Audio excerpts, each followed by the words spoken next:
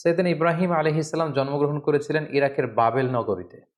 আমরা জানি যে ইরাকের একটি খুব প্রাচীন শহর আছে যেটাকে বাবেল শহর বলা হয় এবং আমরা ব্যাবিলনের শূন্য উদ্যানের নাম শুনেছি, the hanging garden of Babylon. এই ব্যাবিলনকেই আরবিতে বাবেল বলা হয়।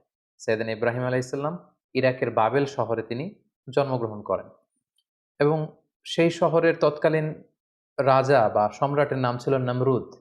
আমরা সবাই বিশ্বাসীরা, মুসলিমরা কম বেশি সাইয়েদনা ইব্রাহিম আলাইহিস সালাম এবং নমরুদের ঘটনা জানি এবং সেখানে যেই সভ্যতাটা গড়ে উঠেছিল সেটাকে বলা হয় কালিডীয় সভ্যতা এবং সেখানে সবাই মূর্তির পূজা করত। আমরা সাইয়েদনা ইব্রাহিম আলাইহিস সালামের শৈশবকালের দিকে যদি একটু খেয়াল করি তাহলে দেখব যে উনি আগাগোড়া একটা শিরকি এনভায়রনমেন্টের মধ্য থেকে বড় হয়েছেন। আগাগোড়া শিরকি পরিবেশ এবং সেখান থেকে তিনি খুঁজতে খুঁজতে খুঁজতে মহাসত্যের সন্ধান পেয়েছেন। আল্লাহ তাআলার সন্ধান তিনি বের করে নিয়ে এসেছেন অ্যানালজির মাধ্যমে, সেলফ কনভারসেশনের মাধ্যমে, নিজের সাথে বোঝাপড়ার মধ্য দিয়ে। নিজের সাথেও কিন্তু নিজের একটা কথা বলা, কনভারসেশন করা, বোঝাপড়ার ব্যাপার আছে এবং সেই বোঝাপড়াটা তিনি করতে করতে আল্লাহ তাআলার সন্ধান তিনি পেয়েছেন। তিনি ছোটবেলা দেখেছেন কেউ চাঁদের পূজা করে, কেউ সূর্যের পূজা করে, কেউ অগ্নি উপাসক আগুনের পূজা করে, কেউ মূর্তির পূজা করে। এগুলোর কোনোটাতেই তিনি কনভিন্স হচ্ছিলেন না, বরং তার যে ইন্টেলেক্ট, তার যে মেধা, মননশীলতা, সৃজনশীলতা, তার যে রিজনিং করার যে ক্ষমতা, অ্যানালজির যে ক্ষমতা, এটাকে কাজে লাগিয়ে তিনি ধাপে ধাপে মহাসত্যের সন্ধান তিনি লাভ করেছিলেন। আল্লাহ তাআলা বলছেন, ওয়ালাকাদ আতাইনা ইব্রাহিমা রুশদাহু মিন ক্বাবল ওয়া কুন্না বিহি আলিমিন। আমি ইব্রাহিমকে রুশদ দিয়েছি।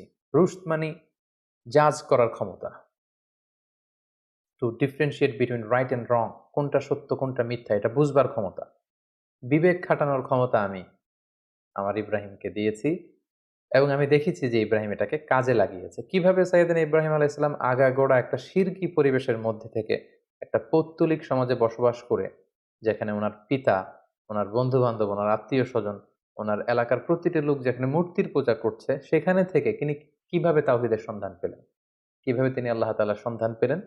শুধু আমরা এ পর্যায়ে সেটা জানবার চেষ্টা করব। এ ব্যাপারে আল্লাহ তাআলা খুব চমৎকারভাবে সূরাতুল আনআমে তিনি উল্লেখ করেছেন যে, ফালাম্মা জান্না আলাইহিল লাইলু রাআ কাওকাবা। রাতের বেলা সাইয়েদনা ইব্রাহিম আলাইহিস সালাম আকাশে দেখলেন তারার মেলা। যেমন দেখলেন যে ক্যালেডীয় সভ্যতার লোকেরা, ব্যাবিলনের লোকেরা তারার পূজা করে। ক্বালা হাযা রাব্বী, তিনি নিজেকে জিজ্ঞেস করলেন, তাহলে এই তারাগুলোই কি আমার রব? এই তারাগুলোই কি আমার স্রষ্টা? সবাই এই তারার পূজা করে কেন? ফালাম্মা আফালা ক্বালা লা উহিব্বুল আফিলিন। কিন্তু রাত শেষে যখন তারাগুলো অস্ত চলে গেল, তারাগুলো যখন বিস্তৃত হয়ে গেল, তখন তিনি ভাবলেন যে, না, আমার স্রষ্টা তো আমাকে ছেড়ে কোথাও চলে যেতে পারে না। রাতের বেলা তারা দেখা যায়, দিনের বেলা দেখা যায় না। তো দিনের বেলা আমি বিপদে পড়লে আমি কার কাছে যাব? ফালাম্মা রাআল কামারা বাযিগান ক্বালা হাযা রাব্বী। এর পরের দিন তিনি দেখতে পেলেন আকাশে চমৎকার জ্বলজ্বলে চাঁদ। এই চাঁদের আলো দেখে লোকজন চাঁদের পূজা করতে শুরু করেছে। তিনি মনে মনে প্রশ্ন করলেন যে, হাযা রাব্বী, এই চাঁদই কি তাহলে আমার স্রষ্টা? নিজের সাথে নিজের প্রশ্ন। নিজেকে জিজ্ঞেস করছেন, তাহলে কি চাঁদই আমার রব? ফালাম্মা আফালা ক্বালা লাইন লাম ইয়াহদিনি রাব্বী লাআকুনান্না মিনাল কওমিদ দাল্লিন। এরপর চাঁদও যখন রাত শেষে নিজের অস্তিত্ব হারালো, এটাকে আর দেখা যায় না। তিনি বললেন যে, না, আমার আসল রব যিনি, তিনি যদি আমাকে পথ না দেখান, আমি তো পথ হারিয়ে ফেলব। ফালাম্মা রাআ আশ-শামসা বাযিগাতান ক্বালা হাযা রাব্বী হাযা আকবার। এরপরের দিন সকালবেলা পূব আকাশে তিনি দেখতে পেলেন যে জ্বলজ্বলে গগন বিদারী এক সূর্য। ভর দুপুরে এই সূর্যের আলোতে প্রখর তাপে গোটা বিশ্ব আলোকিত এবং এই সূর্যের দিকে তাকিয়ে তিনি খেয়াল করলেন যে সবাই এই সূর্যের পূজা করে। তখন তিনি বললেন, হাযা আকবার, এই সূর্যটাই তো সবচেয়ে বড়, এটা তেজস্বী, প্রচন্ড তাপ উৎপাদন এবং তাপ এবং বিকিরণ দিতে এটা সক্ষম, এটাই মনে হয়, এটা যেহেতু সবচেয়ে বড়, এটাই হতে পারে আমার রব। নিজেকে নিজে প্রশ্ন করলেন। কিন্তু ফালাম্মা আফালাত ক্বালা ইয়া কওমি ইন্নী বারিউম মিম্মা তুশরিকুন। কিন্তু বিকেল বেলা পশ্চিম আকাশে এই সূর্যটা যখন ডুবে গেল, সূর্য যখন অস্তিত্ব হারালো, তিনি সূর্যকে আর খুঁজে পান না। তখন তিনি বললেন, না, তাহলে সূর্যও তো আমার রব হতে পারে না, সূর্য আমার স্রষ্টা হতে পারে না। তখন তিনি বললেন যে, না, এই চাঁদ আমার রব নয়, এ তারাগুলো আমার রব নয়, এ সূর্য আমার রব নয়, বরং নিশ্চয়ই এমন একজন মহাস্রষ্টা থাকবে, এমন একজন চিফ কন্ট্রোলার থাকবেন যিনি চাঁদ, সূর্য, তারা, এই মহাবিশ্বকে তিনি কন্ট্রোল করছেন। তাকে হয়তো আমি দেখছি না, কিন্তু একজন না একজনকে থাকতেই হবে যিনি সব কিছুকে নিয়ন্ত্রণ করছেন। তখন তিনি বললেন যে সেই মহান নিয়ন্ত্রকের দিকে আমি আমার ডাইরেকশনকে ঘুরালাম। ইন্নী ওয়াজ্জাহাতু ওয়াজহিয়া লিল্লাযী ফাতারাস সামাওয়াতি ওয়াল আরদা হানিফা ওয়া মা আনা মিনাল মুশরিকিন। তিনি তখন বলিষ্ঠ কণ্ঠে, দ্ব্যর্থহীন কণ্ঠে ঘোষণা করলেন যে আমি আমার চেহারাকে, আমার ডাইরেকশনকে ওই মহাসত্তার দিকে ফেরালাম। যদিও আমি দেখছি না, কিন্তু আমার মন বলছে, আমার হৃদয় বলছে একজন মহা সত্য, একজন মহান স্রষ্টা, একজন মহান নিয়ন্ত্রণকারী এই মহাবিশ্বের একজন থাকবেন, যিনি সবকিছুকে নিয়ন্ত্রণ করেন। আমি তার দিকে ফিরলাম এবং তিনিই হচ্ছেন আমার রব। সুবহানাল্লাহ বিহামদি। সম্মানিত সুধী, দেখুন কিভাবে অ্যানালজির মাধ্যমে, রিজনিং এর মাধ্যমে নিজের সাথে নিজের বোঝাপড়ার মধ্য দিয়ে সাইয়েদনা ইব্রাহিম আলাইহিস সালাম আল্লাহ তাআলার সন্ধান তিনি পেয়ে গেলেন। সাইয়েদনা ইব্রাহিম আলাইহিস সালাম যখন আল্লাহ তাআলার সন্ধান পেয়ে গেলেন, তখন আল্লাহ তাআলা সরাসরি ইব্রাহিম আলাইহিস সালামকে প্রত্যাদেশ করলেন, ওহী করলেন এবং তার বাণী বাহক হিসেবে পৃথিবীতে সাইন করলেন। আল্লাহ তাআলা ইরশাদ করছেন, ইয ক্বালা লাহু রাব্বুহু আসলিম ক্বালা আসলামতু লিরাব্বিল আলামিন।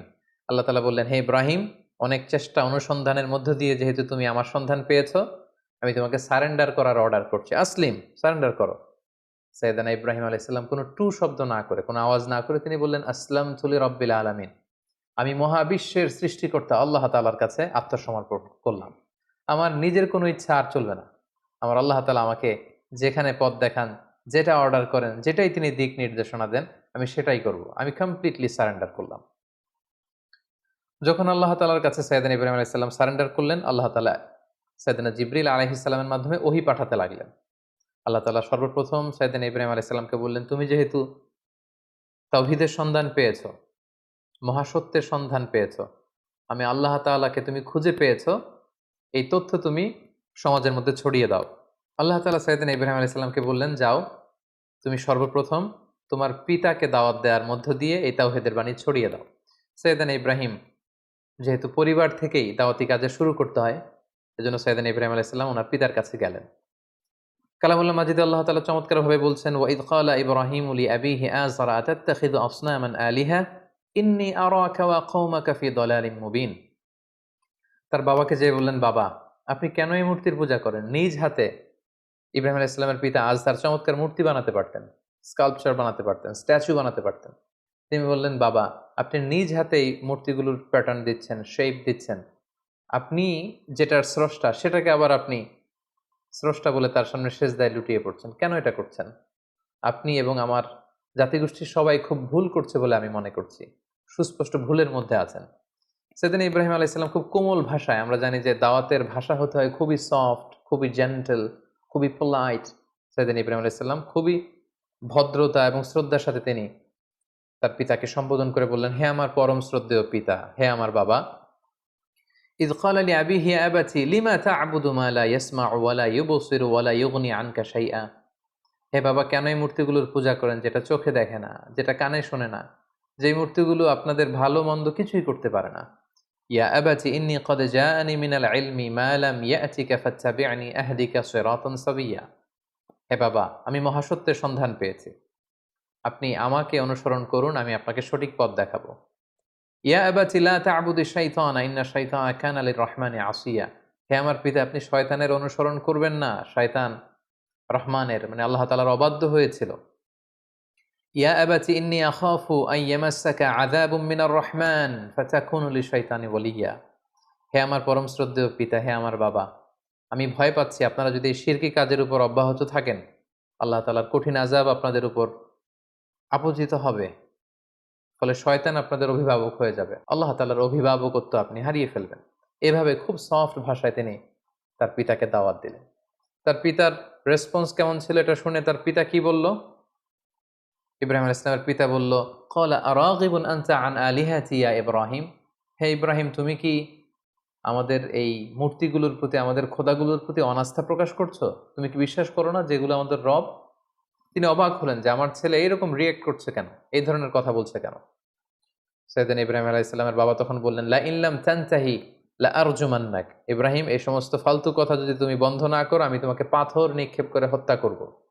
ওয়াহজুরনি মালিয়া, আমাকে তুমি ছেড়ে দাও, আমার সাথে তোমার কোনো সম্পর্ক থাকবে না।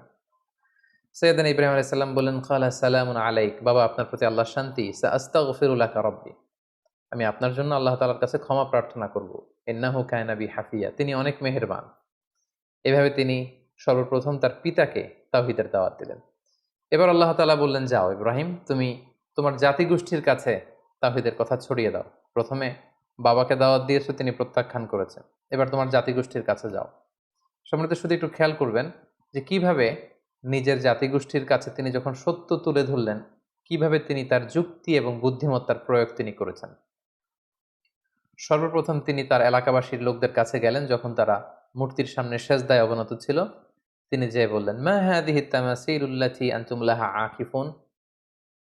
তিনি যেয়ে বললেন, কেন তোমরা মূর্তির সামনে এভাবে হাত জড়ো করে দাঁড়িয়ে থাকো, কেন? ক্বালু ওয়াজাদনা আবাআনা লাহা আবিদিন। উত্তরে এলাকাবাসী বলল, আমাদের বাবা, দাদা, চাচা, আমাদের সিনিয়ররা, আমাদের পূর্বপুরুষরা এরকম করত, ফলে আমরাও করি। বাপ দাদাদেরকে দেখতাম মূর্তির সামনে এভাবে চায়, আমরা শিখেছি, তো আমরাও এমনটা চাই। সাইয়েদনা ইব্রাহিম আলাইহিস সালাম স্পষ্ট ভাষায় বললেন, ক্বালা লাকাদ কুনতুম আনতুম ওয়া আবাউকুম ফি দালালিন মুবিন। It's completely wrong, absolutely wrong. What you doing, it's absolutely wrong. তোমরা ভুলের মধ্যে আছো, তোমরাও ভুল করেছো, তোমাদের পূর্বপুরুষও ভুল করেছে। এটা ছিল দাওয়াত দেওয়ার প্রথম ধাপ। তারপর কোনো এক রাষ্ট্রীয় উৎসবের দিন, ফেস্টিভ্যালের দিন, সবাই মিলে শহরের বাইরে উৎসব করতে যাবে। সবাই বলল, ইব্রাহিম চলো, আজকে আমাদের যে সেলিব্রেশন হবে, বিগ সেলিব্রেশন, আমরা সবাই শহরের বাইরে যেয়ে এই উৎসবে, এই ফেস্টিভ্যালে অংশগ্রহণ করব। বা নাযারা নাযরাতান ফিন নুজুম। সাইয়েদনা ইব্রাহিম আলাইহিস সালাম আকাশের দিকে তাকালেন। ফাকালা ইন্নী সাকিম, তিনি বললেন, না, আমি যেতে পারবো না, আমি অসুস্থ। ফাতাওয়াল্লাউ আনহু মুদবিরিন, তারা চলে গেল। শহরে আর কেউ নেই, সবাই চলে গেল সেই বিগ সেলিব্রেশনে অংশগ্রহণ করবার জন্য, কিন্তু সাইয়েদনা ইব্রাহিম আলাইহিস সালাম গেলেন না। তিনি বললেন, আমি অসুস্থ। আসলে তিনি অসুস্থ ছিলেন না। তাহলে তিনি কেন বললেন যে আমি অসুস্থ? অর্থাৎ উনি মানসিকভাবে খুব বিপর্যস্ত ছিলেন। আমরা জানি যে আমাদের অসুস্থতা দুই ধরনের, একটা শারীরিক অসুস্থতা আর একটা মানসিক অসুস্থতা। একজন নবী যিনি তাওহীদে বিশ্বাসী, তিনি দেখতে পাচ্ছেন তার চারিপাশে শুধু শিরকি কার্যকলাপ। এগুলো দেখে একজন নবী মানসিকভাবে সুস্থ থাকতে পারেন না। তাই তিনি বলেছিলেন যে আমি অসুস্থ। ওয়াতাল্লাহি লা আকিদান্না আসনামাকুম বা'দা আন তুওয়াল্লু মুদবিরিন। তারা যখন ইব্রাহিম আলাইহিস সালামকে ফেলে অনুষ্ঠানে চলে গেল, তখন তিনি মনে মনে বললেন, যাও, তোমরা যাওয়ার পরে আজকে তোমাদের এই মূর্তিগুলোর ব্যাপারে আমি একটা প্ল্যান করেছি এবং সেটা করব। যেমনটি প্ল্যান করেছেন ঠিক তেমনটি কাজ। ফারাগা ইলা আলিহাতিহিম ফাকালা আলা তাকুলুন। সবাই যখন অনুষ্ঠানে চলে গেল, তিনি একা একা মন্দিরে ঢুকলেন। শহরের সবচেয়ে বড় মন্দিরের ভেতরে ঢুকে তিনি দেখলেন যে মূর্তিগুলো দাঁড়িয়ে আছে। আমরা এখনো বিভিন্ন জায়গায় যখন মূর্তিগুলোকে যেভাবে দেখি, তিনি সেভাবেই দেখলেন যে একাধিক হাত, বিভিন্ন অঙ্গভঙ্গিতে, নারীর মূর্তি, পুরুষের মূর্তি, বিভিন্ন প্রাণীর মূর্তি, এবং তিনি দেখতে পেলেন মূর্তিগুলোর সামনে নানা ধরনের মুখরোচক মিষ্টান্ন খাবার দাবার দেয়া। তিনি প্রতিটা মূর্তির সামনে যেয়ে বললেন, আলা তাকুলুন, তোমাদের সামনে এই যে তোমাদের ভক্তরা যে খাবার দিয়ে গেল, তোমরা কি এগুলো খাবে না? এত এত খাবার খাচ্ছ না কেন? খাচ্ছ না কেন? বারবার প্রশ্ন করতে লাগলেন, খাচ্ছ না কেন? মা লাকুম তানতিকুন। তো ওনার প্রশ্নের উত্তরে কোনো মূর্তি থেকে তো কোনো আনসার আসে না। তো তখন উনি বললেন, তাহলে কথা বলো, কেন খাচ্ছ না? হয় খাও, না হয় কথা বলো। মা লাকুম লা তানতিকুন, তোমরা কেউ কথা বলছো না কেন? কেউই যখন কোনো আওয়াজ করছে না, ফারাগা আলাইহিম দরবাম বিল ইয়ামিন, তখন তিনি ডান হাত দিয়ে মূর্তিগুলোকে ভাঙতে আরম্ভ করলেন, আঘাত করতে আরম্ভ করলেন। কোনো মুফাসসিরিন একরাম বলেছেন, উনি মন্দিরে ঢুকবার সময় একটি কুঠার নিয়ে ঢুকেছিলেন, যে কুঠার দিয়ে গাছ কাটা হয়। এই মূর্তি ভাঙার পারপাসটা ছিল একটা বিশাল পারপাসে তিনি এগুলো করেছেন, যেগুলো আমরা সামনে দেখতে পাবো। ফাজআলাহুম জুযাদান ইল্লা কাবীরান লাহুম লাআল্লাহুম ইলাইহি ইয়ারজিউন। এক এক করে প্রতিটি মূর্তি তিনি ভাঙলেন, হাতের কুঠার দিয়ে ভেঙে চুরমার করে। মন্দিরের ভেতরকার সবচাইতে বড় সাইজের যে মূর্তিটা, সেটাকে আর তিনি ভাঙলেন না, বরং তিনি হাতের কুঠারটা নিয়ে সেই মূর্তির ঘাড়ের মধ্যে ঝুলিয়ে রাখলেন। ভাবখানা এমন যে এই বড় মূর্তিটাই সবগুলো মূর্তি ভেঙে কাঁধের মধ্যে কুঠার ঝুলিয়ে রেখেছে। ক্বালু মান ফাআলা হাযা বিআলিহাতিনা ইন্নাহু লামিনায যালিমিন। প্রোগ্রাম শেষে সবাই যখন শহরে ফিরে এলো, তাদের বড় মন্দিরের ভেতরে ঢুকে তো সবাই অবাক। ঘটনা কি? আমাদের খোদাগুলোর সাথে এরকম বাজে আচরণ কে করেছে? কে ভাঙলো মূর্তিগুলোকে? এবং তারা দেখতে পেল প্রতিটি মূর্তি ভাঙা, একটি মূর্তি ছাড়া আবার সেটার কাঁধে কুঠার ঝোলানো। ক্বালু সামি'না ফাতান ইয়াযকুরুহুম ইউকালু লাহু ইব্রাহিম। তাদের কেউ কেউ বলল, ইব্রাহিম নামে একটা ছেলে আছে যে কিছুদিন ধরে আমাদের এই মূর্তিগুলোর প্রতি অনাস্থা প্রকাশ করছিল, মনে হয় সে কিছু একটা করতে পারে। সবাই যে সৈয়দনা ইব্রাহিম আলাইহিস সালামের কাছে হাজির হয়ে গেল। ক্বালু আআনতা ফাআলতা হাযা বিআলিহাতিনা ইয়া ইব্রাহিম? হে ইব্রাহিম, আমাদের প্রভুগুলোর সাথে কি তুমি এমন খারাপ আচরণ করেছো? তুমি কি এগুলোকে ভেঙেছো? ইব্রাহিম আলাইহিস সালাম বললেন, কি হয়েছে? সবাই বলল যে প্রতিটা মূর্তি ভেঙে কে যেন একেবারে মেসাকার করে দিয়ে গিয়েছে, শুধু বড় মূর্তিটা ছাড়া। আর সেটার কাঁধের মধ্যে একটা কুঠার শোভা পাচ্ছে। সাইয়েদনা ইব্রাহিম আলাইহিস সালাম মজা করে বললেন, বাল ফাআলাহু কাবীরুহুম হাদা। তাহলে তো মনে হচ্ছে বড়টাই ভেঙেছে। অর্থাৎ সবগুলো মূর্তি ভাঙা, বড় মূর্তিটার গায়ে হাত দেয়া হয়নি এবং এটার কাঁধে যেহেতু কুঠার, তিনি বললেন হয়তো বড়টাই সবগুলোকে ভেঙে দাঁড়িয়ে আছে। ফাসআলুহুম ইন কানু ইয়ানতিকুন। তোমরা ভেঙে যাওয়া মূর্তিগুলোকে জিজ্ঞেস করছো না কেন? যদি ওরা বলতে পারে যে কারা তাদের উপর অ্যাটাক করেছে, তাদেরকে জিজ্ঞেস করো। এভাবে উনি যখন যুক্তি দিয়ে তাদের সাথে কথা বললেন, সবাই লজ্জায় কাঁচুমাচু হয়ে মাথা নিচু করে দাঁড়িয়ে রইল। কারণ কোনো উত্তর তো নেই। ঠিক ওই মোমেন্টে সাইয়েদনা ইব্রাহিম আলাইহিস সালাম তাওহীদের বীজ তাদের হৃদয়ে বপন করার চেষ্টা করলেন। তিনি বললেন, ক্বালা হাল ইয়াসমাউনাকুম ইয তাদউন? কেন এগুলোর পূজা করো? তোমাদের বিপদে পড়ে এগুলোর কাছে যখন কিছু চাও, এরা কি শুনতে পায়? আও ইয়ানফাউনাকুম আও ইয়াদুররুন, এগুলো কোনো ক্ষতি করা, উপকার করা, কিছু করার ক্ষমতা কি মূর্তির আছে? বরং আমি যেই রবের ইবাদত করি সেই রবের ইবাদত করো, যিনি হচ্ছে রব্বাল আলামিন, গোটা বিশ্বের রব। আল্লাযী খলাকনি ফাহুয়া ইয়াহদিন, যিনি আমাকে সৃষ্টি করেছেন, আমাকে সঠিক পথ দেখিয়েছেন। ওয়াল্লাযী হুয়া ইউতঈমুনি ওয়া ইয়াসকিন, তিনি আমাকে খাওয়ান পান করান, মানে তিনি আমাকে রিজিক দিয়ে থাকেন। ওয়া ইযা মারিদতু ফাহুয়া ইয়াশফিন, আমি যখন অসুস্থ হয়ে যাই তিনি আমাকে হিলিং করেন, তিনি আমাকে রেমেডি দেন, তিনি আমাকে সুস্থ করে দেন, শিফা করে দেন। ওয়াল্লাযী ইউমীতুনি সুম্মা ইউহয়িন, তিনি হচ্ছেন এমন সত্তা যিনি মৃত্যু দেন আবার জীবন দেন। আল্লাহ তাআলার চমৎকার পরিচয় অল্প কটা বাক্যে তিনি সবার সামনে পৌঁছে দিলেন। এই ঘটনাটি যখন ঘটল তখন পুরো বাবেল শহরে এলাকা জুড়ে কানা ঘোষা গুঞ্জন, সবাই বলাবলি করতে আরম্ভ করলো, ইব্রাহিম তো ধর্ম ত্যাগ করেছে, সে নাস্তিক এবং মুরতাদ হয়ে গিয়েছে।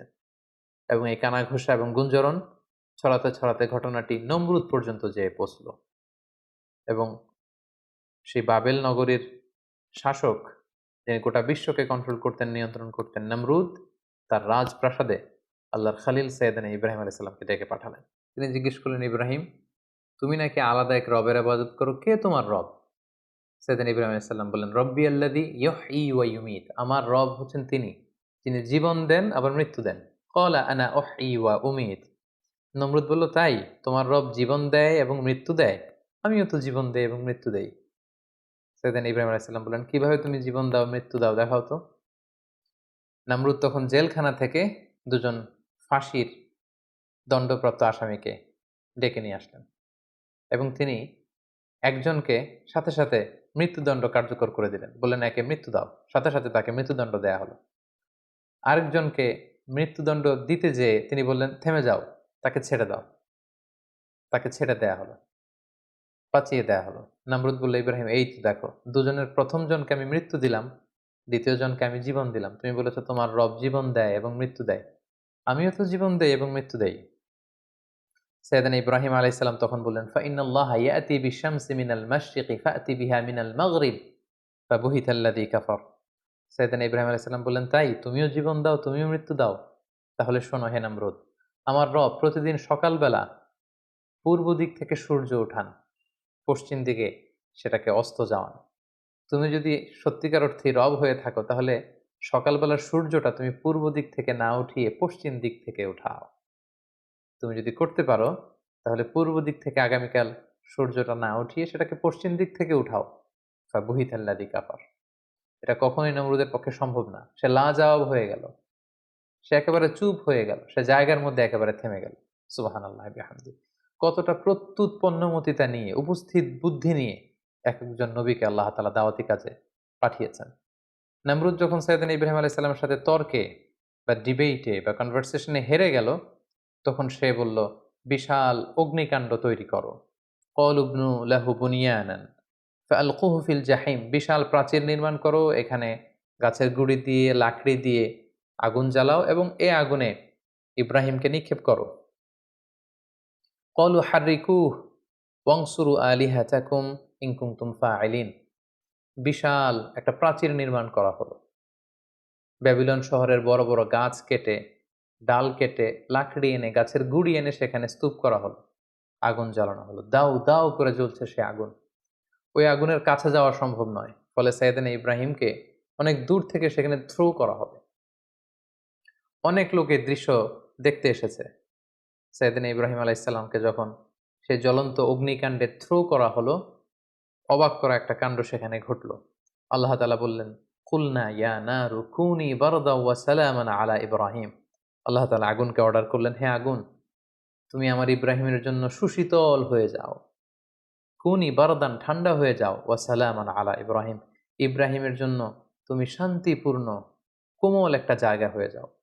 মুহূর্তের মধ্যে সাইয়েদনা ইব্রাহিম আলাইহিস সালামকে যখন ওখানে ফেলা হলো, সাইয়েদনা ইব্রাহিম আলাইহিস সালামের গা ঝলসে যাওয়া তো দূরের কথা, দেহের কোনো অঙ্গ প্রত্যঙ্গ জ্বলে যাওয়া তো দূরের কথা, ওনার গায়ের একটি পশমও পুড়েনি। আল্লাহ তাআলা মিরাকুলাসলি, অলৌকিকভাবে বিশাল এই অগ্নিকুণ্ডটাকে আল্লাহ তাআলার খলিল সাইয়েদনা ইব্রাহিম আলাইহিস সালামের জন্য ফুল বাগান বানিয়ে দিলেন, ফুলের বাগিচা বানিয়ে দিলেন। সাইয়েদনা ইব্রাহিম আলাইহিস সালামের এই ঘটনার পরে অনেক মুফাসসিরিন একরাম বলেন যে আল্লাহ তাআলা মশা পাঠিয়ে নমরুদের মৃত্যু কার্যকর করেছিলেন। তিনি মশা বাহিনী পাঠান। কোনো একটি মশা নমরুদের নাকের ভেতর দিয়ে ঢুকে মস্তিষ্কে কামড়াতে শুরু করে এবং সে যন্ত্রণায় অতিষ্ঠ হয়ে নিজেই নিজের মাথায় পেটাতে শুরু করে এবং হাতুড়ি দিয়ে নিজের মাথায় নিজে পেটাতে পেটাতে এভাবেই তার মৃত্যু ঘটে। তাফসিরে তবারিতে এই ঘটনাটি এসেছে এবং অনেক ইসরায়েলি বর্ণনাতে এসেছে এবং এটা হতে পারে আল্লাহ তাআলা জালিমদের সাথে ঠিক এভাবেই আচরণ করে থাকেন। নমরুদের বিশাল সে অগ্নিকাণ্ড থেকে মুক্তি লাভের পর আল্লাহ তাআলার আদেশে সাইয়েদনা ইব্রাহিম আলাইহিস সালাম ইরাক থেকে প্যালেস্টাইনে তিনি হিজরত করলেন। ওনার সাথে ছিল ওনার স্ত্রী সারা এবং ওনার ভাতিজা লূত আলাইহিস সালাম, এবং তিনি সিরিয়ার কানাআন এলাকাতে থাকতে শুরু করলেন। বর্তমানে সে এলাকাটিকে আল খালিল, মাদিনাতুল খালিল বা হেব্রন শহর নামে এলাকাটি পরিচিত। আল্লাহ তাআলা বলছেন, ফাআমানা লাহু লূত, পুরো বাবেলের জাতিগোষ্ঠীর মধ্যে শুধু লূত ওনার ভাতিজা তিনিই কেবল ঈমান এনেছিলেন সাইয়েদনা ইব্রাহিম আলাইহিস সালামের উপর।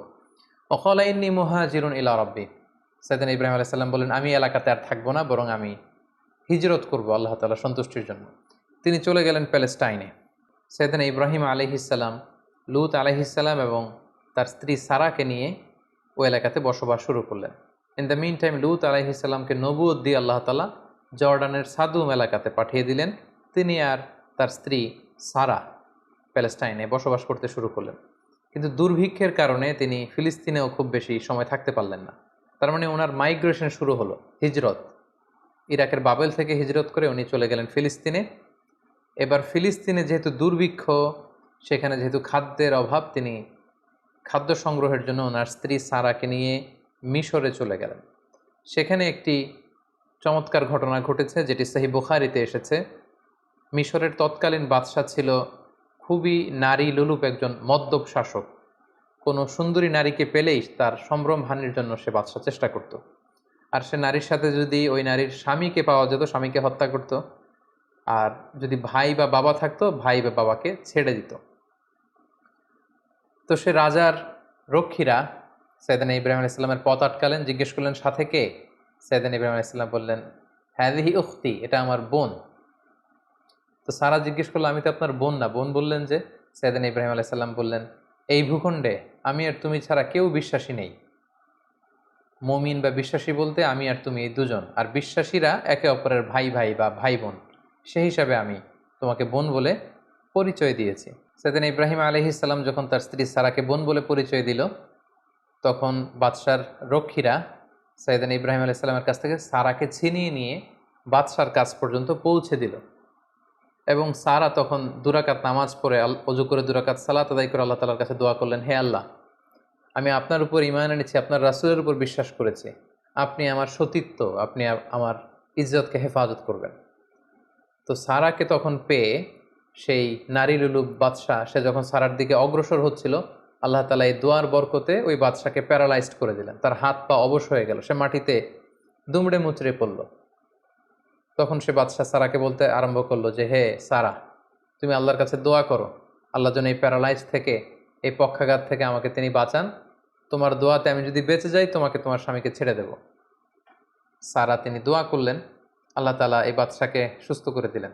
কিন্তু বাদশাহ সুস্থ হয়ে আবারও সারার প্রতি আকৃষ্ট হয়ে আবার তার দিকে উদ্ধত হলো, আবারও আল্লাহ তাআলা তাকে প্যারালাইজড করে দিলেন। সে আবার কাচুমাচু শুরু করলো, বলল, সারা তুমি দোয়া করো, তা না হলে আমি বাঁচবো না। সারা দোয়া করলেন, সে বেঁচে গেল, আবার উদ্যত হলো। এভাবে ৩ বার সেই মদ্যপ নারী লুলুব সেই বাদশাহ, মিশরের সেই সম্রাট, তিনবার সাইয়্যিদাতুনা সারার সম্ভ্রমহানির চেষ্টা করেও যখন ব্যর্থ হলো, তখন তার পাইক পেয়াদাদেরকে সে ডেকে বলল, কাকে নিয়ে এসেছো আমার সামনে? এটা তো একটা ডাইনি, এটা একটা জাদুকরনী, একে ছেড়ে দাও, একে এর স্বামীকেও ছেড়ে দাও, আর আমার এলাকা থেকে হাজার নামে একজন দাসীকে গিফট হিসেবে দিয়ে দাও, তাড়াতাড়ি আমার ভূখণ্ড থেকে এদেরকে এক্সিট করে দাও। এরা যতদিন আমাদের এলাকায় থাকবে আমি খুব ভীতির মধ্যে থাকবো। সহিহ বুখারীতে খুব চমৎকারভাবে এই ঘটনাটি এসেছে। সাইয়্যিদাতুনা সারার দোয়ার বরকতে আল্লাহ তাআলা এই বিপদ থেকে তাকে মুক্ত করেছেন, এবং মিশরীয় একজন দাসী এই বাদশাহ সাইয়েদনা ইব্রাহিম এবং সারার সাথে করে গিফট হিসেবে পাঠিয়েছেন। সাইয়েদনা ইব্রাহিম আলাইহিস সালাম সারাকে নিয়ে এবং মিশরীয় সেই দাসীকে নিয়ে চলে আসলেন আবার ফিলিস্তিনে খাদ্য সংগ্রহ করে। ঠিক এই মুহূর্তটাতে, এই সময়টাতে সাইয়েদনা ইব্রাহিম আলাইহিস সালামের বয়স ৮০-ও বেশি, কিন্তু তখনও পর্যন্ত সারার গর্ভে কোনো সন্তান আসেনি। তখন সারা বাধ্য হয়ে এই যে দাসী, এই দাসীকে, এই হাজারকে, যাকে আমরা বিবি হাজেরা বলে চিনি, এই হাজেরাকে সাইয়েদনা ইব্রাহিম আলাইহিস সালামের জন্য উৎসর্গ করলেন, এবং সাইয়েদনা ইব্রাহিম আলাইহিস সালাম তাকে কনকিউবাইন, যেটাকে আরবিতে মিলকুল ইয়ামিন বলে, দাসী হিসেবে গ্রহণ করলেন, যেটা ইসলামে সেমি ওয়াইফের একটা স্ট্যাটাসে থাকে, অর্থাৎ স্ত্রীর চেয়ে কিছুটা নিম্ন পর্যায়ের একটি মর্যাদা নিয়ে স্বামীর সাথে থাকা। সেই সময়কালে এটা বৈধ ছিল। তিনি সাইয়েদনা ইব্রাহিমের সাথে স্বামী স্ত্রীর সম্পর্কে তারা থাকতে শুরু করলেন, এবং সাইয়েদনা ইব্রাহিম আলাইহিস সালাম এবং হাজেরার কোলকে আলোকিত করে এক ফুটফুটে নবজাতক সন্তানের আগমন ঘটল, এবং সেটাই হচ্ছে সাইয়েদনা ইসমাঈল আলাইহিস সালাম জাবিহুল্লাহ। দাসীর গর্ভে যখন সন্তান চলে আসলো ইসমাঈল আলাইহিস সালাম, সাইয়েদনা ইব্রাহিম আলাইহিস সালাম হাজেরাকে বেশি ভালোবাসতে শুরু করলেন, সন্তানকে সময় দিতে শুরু করলেন। এটা বিবি সারার ইগুতে যেয়ে লাগলো, তিনি এটাকে পছন্দ করলেন না। তিনি সাইয়েদনা ইব্রাহিম আলাইহিস সালামকে বললেন, আপনি আপনার সন্তান এবং এই হাজেরাকে দূরে কোথায় রেখে আসুন, আমাদের সাথে এরা থাকতে পারবে না। এবং আল্লাহ তাআলাও একই আদেশ করলেন। সাইয়েদনা ইব্রাহিমের আলাইহিস সালামের উপর যে বড় বড় কয়েকটি পরীক্ষা ছিল, এটি ছিল অন্যতম একটি পরীক্ষা। কারণ সাইয়েদনা ইসমাঈল আলাইহিস সালাম যখন জন্মগ্রহণ করেন, তখন সাইয়েদনা ইব্রাহিম আলাইহিস সালামের বয়স ছিল ৮৬ বছর। ৮৬ বছর বয়সে যখন একজন বাবা নতুন ফুটফুটে নবজাতক সন্তানকে দেখতে পান, ঠিক ওই মুহূর্তটাতে নিজের সন্তানকে আল্লাহ তাআলা বললেন যে আপনি মরুভূমিতে রেখে আসুন, হাজেরাকে এবং ইসমাইলকে মরুভূমিতে রেখে আসুন। এটা আসলেই অত্যন্ত বড় ধরনের একটি পরীক্ষা ছিল সাইয়েদনা ইব্রাহিম আলাইহিস সালামের জীবনে, এবং সাইয়েদনা ইব্রাহিম আলাইহিস সালাম তাই করলেন। আল্লাহ তাআলা লোকেশন ঠিক করে দিলেন যে ফিলিস্তিন থেকে প্রায় ১২০০ কিলোমিটার দূরে মক্কার মরুভূমিতে তাদেরকে রেখে আসতে হবে। বিশাল আবার এক লম্বা সফরের জন্য তিনি রওনা হলেন। সাইয়েদনা ইব্রাহিম আলাইহিস সালাম হাজেরাকে নিয়ে, দুধের শিশু ইসমাইল আলাইহিস সালামকে নিয়ে মক্কার মরুজমিনে তিনি রেখে আসলেন। হাজেরা এই সিদ্ধান্ত দেখে তিনি অবাক হলেন। দুধের বাচ্চা এবং হাজেরাকে সামান্য কিছু খেজুর আর একটা মশকে কিছু পানি দিয়ে তিনি মরুভূমিতে মক্কার মাঝখানে রেখে চলে আসছেন। বিবি হাজেরা পেছন থেকে ডাকতে শুরু করলেন, হে ইব্রাহিম, কিন্তু সাইয়েদনা ইব্রাহিম আলাইহিস সালাম কোনো কথা বলছেন না। বিবি হাজেরা বারবার ডাকলেন এবং এক পর্যায়ে বললেন যে, ইব্রাহিম, অন্তত এতটুকু বলে যান যে আপনি যে এই মরুভূমিতে আমাদেরকে সামান্য খেজুর আর পানি দিয়ে আপনার দুধের শিশুকে আর আমাকে রেখে চলে যাচ্ছেন, এটা কি আপনার ইচ্ছায় নাকি আল্লাহ তাআলার ইচ্ছায়? সাইয়েদনা ইব্রাহিম আলাইহিস সালাম বললেন, এটা আল্লাহ তাআলার ইচ্ছায়। হাজেরা তখন বললেন, ইদান লা ইউদাইয়ুনা, তাহলে আল্লাহ তাআলা কখনো এখানে আমাদেরকে মরতে দেবেন না, তিনি এখানে আমাদেরকে টিকিয়ে রাখবেন, তিনি আমাদেরকে বাঁচিয়ে রাখবেন, তিনি আমাদেরকে ধ্বংস হতে দেবেন না। সাইয়েদনা ইব্রাহিম আলাইহিস সালাম ইসমাইল আলাইহিস সালামকে এবং হাজেরাকে সেই তপ্ত মরুর বুকে রেখে যখন ফিরে আসছিলেন আবার ফিলিস্তিনে, তিনি আল্লাহ তাআলার কাছে দোয়া করলেন, রব্বানা ইন্নী আসকানতু মিন যুররিয়্যাতি বিওয়াদিন গায়রি যি যার'ইন ইনদা বাইতিকাল মুহাররম, হে আল্লাহ, আপনার পবিত্র ঘরের পাশে এ ব্যারেন অ্যান্ড আনফার্টাইল ল্যান্ড, একটা অনুর্বর এলাকাতে যেখানে গাছ নেই, পানি নেই, মানুষ নেই, জনমানব শূন্য একটা এলাকাতে আমার কলিজার টুকরা সন্তান ইসমাইলকে আর হাজেরাকে আমি রেখে গেলাম। রব্বানা লিয়ুকিমুস সালাতা ফাজআল আফইদাতাম মিনান নাসি তাহওয়ি ইলাইহিম, হে আল্লাহ, তারা যেন সালাত কায়েমকারী হয় এবং গোটা বিশ্বের মানুষ যেন তাদের প্রতি ঝুঁকে পড়ে। ওয়ারযুকহুম মিনাস সামারাতি লাআল্লাহুম ইয়াশকুরুন, আর তাদেরকে আপনি ফলমূল দিয়ে রিজিকের ব্যবস্থা করে দেবেন। তিনি দোয়া করলেন। আবার দোয়া করলেন, রব্বি জাআল হাযা বালাদান আমিনা, হে আল্লাহ, এই ভূখণ্ডটাকে, এই শহরটাকে আপনি একটা নিরাপত্তার শহর হিসেবে কবুল করুন। ওয়ারযুক আহলাহু মিনাস সামারাত, এবং এই এলাকাবাসীকে আপনি ফলমূল দিয়ে রিজিকের ব্যবস্থা করুন। মান আমানা মিনহুম বিল্লাহি ওয়াল ইয়াউমিল আখির, এখানে যারা বিশ্বাসী হবে তাদের রিজিকের দায়িত্বটা হে আল্লাহ আপনি নিয়ে নেন। তাহলে সাইয়েদনা ইব্রাহিম আলাইহিস সালাম কলেজের টুকরা ইসমাইলকে এবং হাজারকে মক্কার মরু জমিনে রেখে দিয়ে তিনি আবার ফিলিস্তিনে চলে গেলেন। ফিলিস্তিনে চলে যেয়ে সাইয়েদনা ইব্রাহিম আলাইহিস সালাম সাইয়েদনা ইসমাইল আলাইহিস সালামকে খুব মিস করতে লাগলেন। কারণ আগে আমরা বলেছি ৮৬ বছর বয়সে সন্তানকে পেয়েছেন, সন্তানকে খুব বেশি তিনি মিস করছেন। সবসময় তিনি ইসমাইলের কথা ভাবেন, অর্থাৎ তার হৃদয়ের একটা বড় জায়গা জুড়ে স্থান দখল করে আছে ইসমাইল। কিন্তু আল্লাহ তাআলা এটা পছন্দ করেননি। আল্লাহ তাআলা আবারও তার খালিলকে আরও একটি বড় পরীক্ষার মুখোমুখি করতে চাইলেন। তিনি চাইলেন যে ইব্রাহিম যেন তার হৃদয়ে শুধু আমি আল্লাহকে স্থান দেয়, আমি আল্লাহর চেয়ে বড় করে আরও বেশি ভালোবাসার জায়গায় যেন ইব্রাহিম আর কাউকে না বসায়। এজন্য আল্লাহ তাআলা সাইয়েদনা ইব্রাহিম আলাইহিস সালামকে স্বপ্নে দেখালেন যে তুমি ইসমাইলকে কুরবানি করো, ইসমাইলকে তুমি আমার সন্তুষ্টির জন্য স্যাক্রিফাইস করো। আরও একটি বড় পরীক্ষার সম্মুখীন হলেন আল্লাহ তাআলার খলিল সাইয়েদনা ইব্রাহিম আলাইহিস সালাম। তিনি ফিলিস্তিন থেকে আবার মক্কায় ফিরে গেলেন। সেখানে যে তিনি সাইয়েদনা ইসমাইল আলাইহিস সালামকে কীভাবে স্যাক্রিফাইস করার জন্য উদ্ধত হয়েছিলেন, এটা আমরা সাইয়েদনা ইসমাইল আলাইহিস সালামের জীবনীতে ইনশাআল্লাহ শুনব। সে পরীক্ষাতেও তিনি উত্তীর্ণ হলেন। উত্তীর্ণ হয়ে আবার তিনি ব্যাক টু প্যালেস্টাইন, তিনি প্যালেস্টাইনে ফিরে আসলেন।